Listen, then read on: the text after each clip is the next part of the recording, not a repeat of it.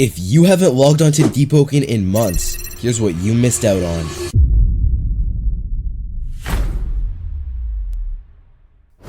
Let's start with the biggest stuff. The first thing you'll notice is that Deepwoken's gotten smoother and more polished. The visuals are cleaner, the lighting feels more atmospheric, and even the early game experience is different. It's way easier to get started now if you haven't touched the game in a while. The movement was also reworked to make the game feel more modern, alongside zip lines. Now for zip lines, all you have to do is jump on, and you can just ride it. They've also added thresher mounts, which adds for a cool new way of movement. You can unlock mounts by using the crown system that they implemented. You can get crowns by beating world bosses. With crowns, you can get knowledge and notes. In addition, with one of the bigger pieces of content added, there's the Titus dungeon located in Fort Merritt, with the Titus boss that has its own exclusive drops. These drops consist of the Imperator's Fury. This changes your vent into a little slam down that does 10% true damage. And then the Titus Ryman, which makes your level 5 strong left guard break. Now let's talk about the new bosses. We already know about the new Titus boss, but they've also added other bosses like Elder Primadon and the Parliament. In order to spawn in Elder Primadon, you need to have 3 Sinner's Ashes and offer them to the campfire. The loot that Elder Primadon drops is really good, but just make sure you're prepared because the fight is difficult. The Parliament is located right here in the depths. When you get here, you have to talk to the Gaunt Man to be teleported to a trial where you have to defeat 3 waves of mobs. You have to defeat a Thunder Squibbo, a Primal Sharko, and then the Parliament. On drop, after beating the Parliament, there's a chance for the Nightbringer enchant to drop. This enchant steals ether on hit, but even if you don't get the enchant, there's still a chance to get loot. After beating the trial, go back to the Gaunt Man and you can access his shop, which sells overpowered loot for crowns. For all you Silent Heart fans, Monikati is back in the game, and it's now called Silent Cascade. You can obtain it from defeating the Bloodchainer at the Starkinger Church. Now let's move on to some of the reworks. The Watcher rework was super recent. Now when Watchers see you, there's a red beam that targets onto you, and it stuns you, and it kind of dazes your camera and gives you insanity, making it harder to escape. Now we have the Lower Arisia rework. They made Lower Arisia visually better looking so that newer players have a better first time experience. Now with the new features they implemented, it's way easier to traverse Lower Arisia as like a newer player. And they also added a black market trader, which you can get good loot from, but it resets only every 12 hours. They also added little Golemites to add more to the world.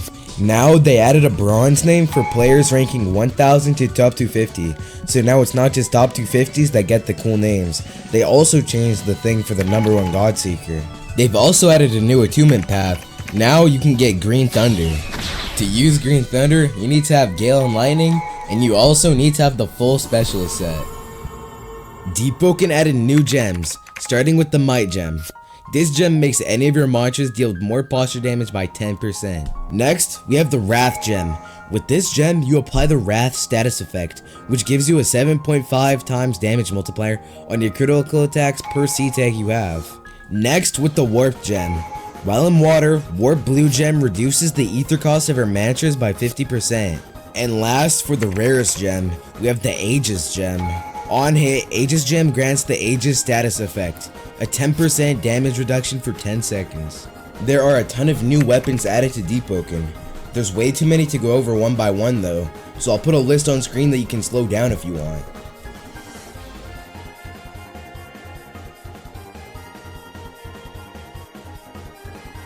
Now, with all that content out of the way, let's move on to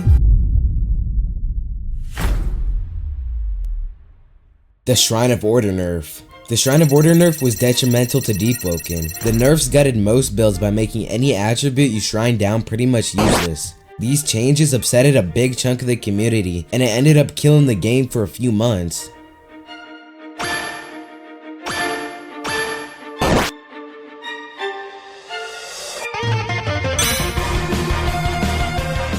The Verse 3 roadmap. Reguser and the other devs created a Verse 3 roadmap, which brings back hope to Deepwoken's content. The major parts of this roadmap involve the Central Authority Origin, Hollow Tide, Ceramade Hollow, and last, Layer 3. These are yet to be added to the game, but as of making this video, they're currently working on the Valve Iron. Deepwoken has gutted progging by nerfing how jobs work. Now you have to go to each individual job across the map just to complete one mission. This means no more job stacking and slower progging.